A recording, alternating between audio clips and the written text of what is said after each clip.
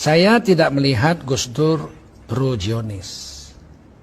Tidak. Saya dengan Gus Dur bersahabat. Tahu saya bagaimana Gus Dur. Ya memang Gus Dur itu ketua Yayasan Shimon Peres, benar. Oh dia dapat dana, iya betul. Untuk membuat hubungan diplomatik dengan Indonesia, dengan Israel, betul. Tapi kan sampai wafat dia nggak buat. Itu cerdasnya Gus Dur. Dia menolaknya halus. Gimana bisakah dibuat hubungan diplomatik antara Israel dengan Indonesia? Bisa, kata Gus Dur. Tapi susah, sulit, memerlukan waktu yang lama. Lah ya udah kita mulai ya, monggo dimulai, tapi nggak pernah dimulai dan tidak pernah terjadi. Udah diproses sudah, tapi ya begitu, tetap nggak bisa. Ketika kemudian orang-orang dari Israel memaksa Gus Dur, cepet, ini butuh waktu perlu, cepet. Gus Dur enak aja ngomong dia, disiarkannya di depan umum. Sebagai presiden dia bilang, saya ini kepingin kita itu membuat hubungan diplomatik antara Indonesia dengan Israel. Seluruh Indonesia marah. Tuh katanya nggak setuju. Mereka itu belum mau, perlu waktu yang lama, kata Gus Dur. Akhirnya Israel diam. Sampai sekarang belum pernah ada hubungan diplomatik. Enggak cerdas itu orang seperti itu orang cerdas. Fatona itu cerdas. Kita yang belum nyambung begitu. Nah, saya tidak membela membabi buta, memang kenyataannya begitu. Bisa? Bisa. Tapi nggak jadi, ya memang susah. Dicoba, ayo coba ngomong. Beliau ngomong. Se-Indonesia protes tuh, lihat kan protes semua. Nggak bisa semudah itu. Sampai beliau wafat sampai sekarang. Indonesia belum punya hubungan diplomatik dengan Israel. Nah ini hal-hal seperti ini. Tidak semua orang bisa. Saya nggak bisa. Saya nggak bisa seperti itu. Saya orang Medan. Kalau orang Medan itu apa kau? Nggak senang kau? Kita selesaikan di luar.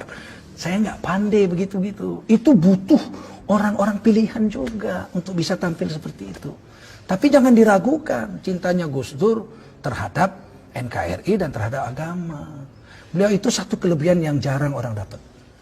Apa kelebihan? Saya sampaikan kepada anak muda ini yang bertanya ini lagi. Beliau itu pemurah, ya Allah. Pemurah. Orang minta, langsung dikasih aja, diberi. Nggak mikir itu. Bahkan kadang-kadang Gus Dur itu uang belanja istrinya dikasihkan ke orang untuk makan orang. Coba bayangin. Tapi istrinya nanya, Mas, duitnya udah tak kasih orang, tadi ada orang kesusahan. Lah kita gimana? Kita kan belum susah. Kalau kita minjem orang masih percaya lah, kalau dia minjem nggak percaya orang. Sampai sebegitu, wow, jangan main-main. Ini orang punya kelebihan, punya kekurangan. Tapi kita jangan memfitnah orang sesuatu yang kita tidak tahu. Kita berdosa nanti. Nah, ada satu kelebihan Gus Dur yang pernah membuat saya menangis. Saya ceritakan ini ya. Saya bukan menjilat Gus Dur sudah wafat, nggak ada urusan. Saya nggak minta jabatan dari bicara saya ini. Kalau saya mau jabatan zaman Gus Dur, saya sudah ditawari jabatan. Saya tidak mau saya. Nah, apa katanya? Satu hari saya duduk di VIP room airport Pekanbaru. Saya tamu gubernur.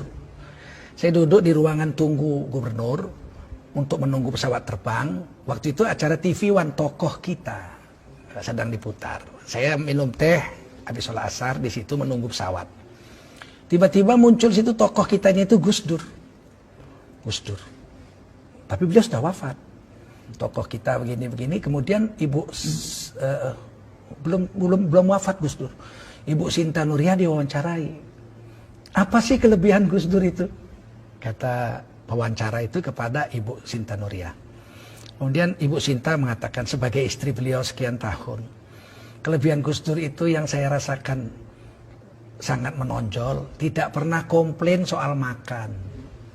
Kemudian nampaklah Gus Dur duduk di tempat tidur amben kecil begitu. Pakai celana sedengkul, pakai kaos, makan. Nah, lauknya itu cuma ayam goreng paha sebuah. Nggak ada sayurnya, nggak ada sambalnya, nggak ada kecapnya, nasi putih. Jadi nasi putih, ayam. Disendok nasinya ke mulut pakai sendok, ayamnya digraut pakai tangan. Kemudian Gus Dur makan, disuting begitu. Jadi itulah kelebihan Gus Dur yang membuat saya itu bahagia, kata Ibu Sinta Nuria. Salah satunya seumur hidup perkawinan kami beliau tidak pernah komplain soal makanan. Saya langsung keluar dari situ nangis saya. Sebab kelemahan saya paling besar adalah komplain makanan. Saya sejak kecil ibu saya itu pandai masak. Dan saya anak laki-laki satu-satunya. perempuan 6, laki-laki 1. Sehingga saya makan tuh sangat dimanja.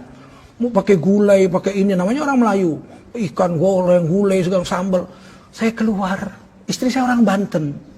Sejak kawin tuh biasanya rebus-rebus lalap, rebus-rebus lalap. Sempat saya bilang satu hari makanan ini, makanan kambing ini saya bilang. Sampai istri saya menangis.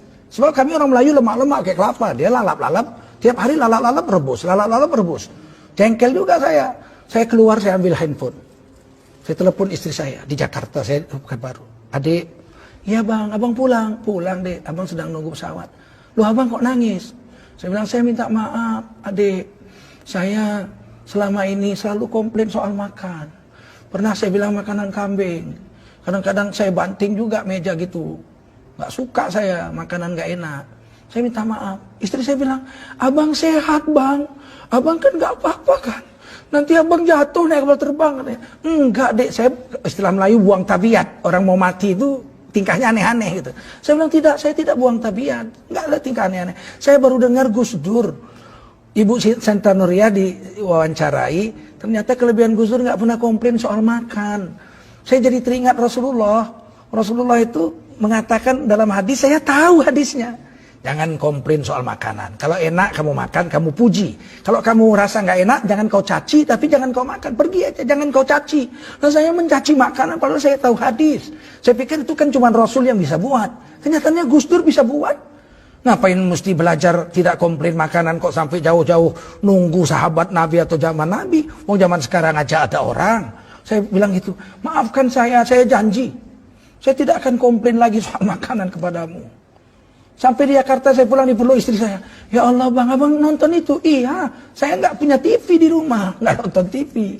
Tapi di VIP room itu ada televisi. Pas TV One tokoh kita. Jadi saudara, saya tidak menjilat Gus Dur. Gus Dur sudah wafat, nggak ada dapat jabatan saya dengan kata-kata ini. Tapi wajib menceritakan orang yang sudah wafat itu kebaikan-kebaikannya saja. Haram menceritakan aib orang yang sudah mati. Karena orang yang sudah wafat itu telah sampai kepada perbuatannya. Kita ceritakan baik-baiknya aja.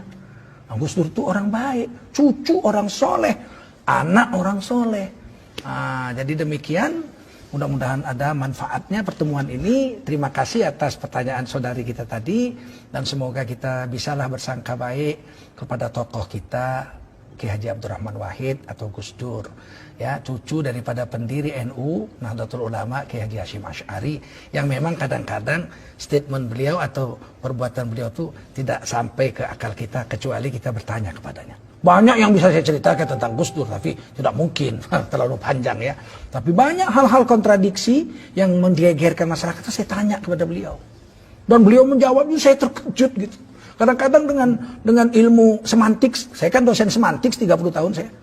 Dengan ilmu semantik itu saya kaget itu kadang-kadang. Ya, hebat sekali sahabat saya ini, saya pikir, inilah mudah-mudahan ada manfaat. Berhentilah kita bersangka buruk kepada orang yang sudah wafat. Kalau masih hidup boleh kita kritik langsung. Sekeras apapun kritik kepada pejabat negara boleh. Karena itu dilindungi Undang-Undang Dasar 1945. Asal jangan bersangka buruk. Kritik aja silakan, atau nanya. Kalau nggak jelas tanya pakai tanda tanya. Soal dia jawab atau nggak jawab bukan urusan kita. Kita sudah nanya, kita sudah sampaikan. Kita tulis surat terbuka biar dia baca, biar jawabannya dibaca orang. Dia jawab syukur, nggak dijawab kita sudah sampaikan kewajiban kita. Undang-Undang Dasar 45 pasal 28 ayat 1, 2, 3 dan seterusnya menjamin tiap-tiap warga negara untuk berkumpul dan bersuara mengeluarkan pendapatnya. Wallahu a'lam bishawab.